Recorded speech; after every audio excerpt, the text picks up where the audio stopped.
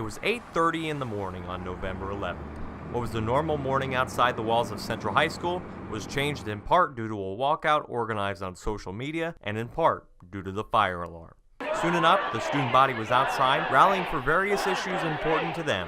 This days after the presidential election. For Junior Riley Kessler, organizing the rally was about more than just politics. I didn't want this to be anti-Trump.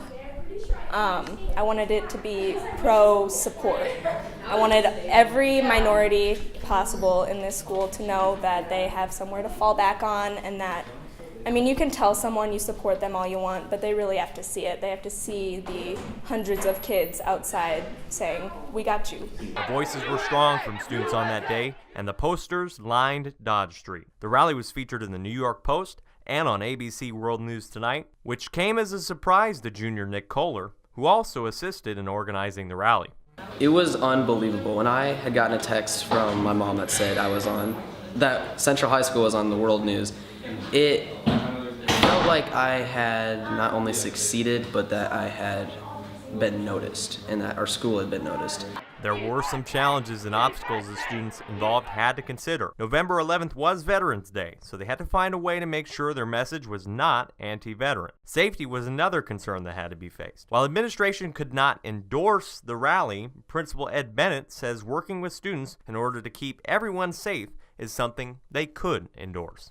It seems like my most important job here at Central is to keep students safe.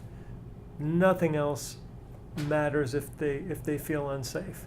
So when kids talk about walking out, it's one thing to keep them inside the building and monitor them inside the building, and most kids want to be here. They go to class, they eat lunch and so forth. But when they leave the building, considering Dodge is a very, very busy street, if they leave the building in large groups, there's the potential that somebody could get injured.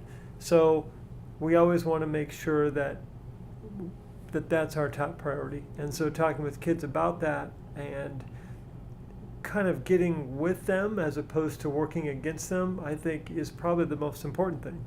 As for the fire alarm, Bennett says that it was caused by dust that collected on a smoke head directly above the vending machine on the third floor 3 side. He worked along with the Omaha Fire Department and building engineers to come to that conclusion, dispelling the assumption that the alarm was triggered by a student. Overall, the experience was one that will be remembered, but now, since time has passed, Kessler hopes that she can continue to create positive change in the community. And while the feelings shown on that day might still remain, students showed that they are willing to move forward together.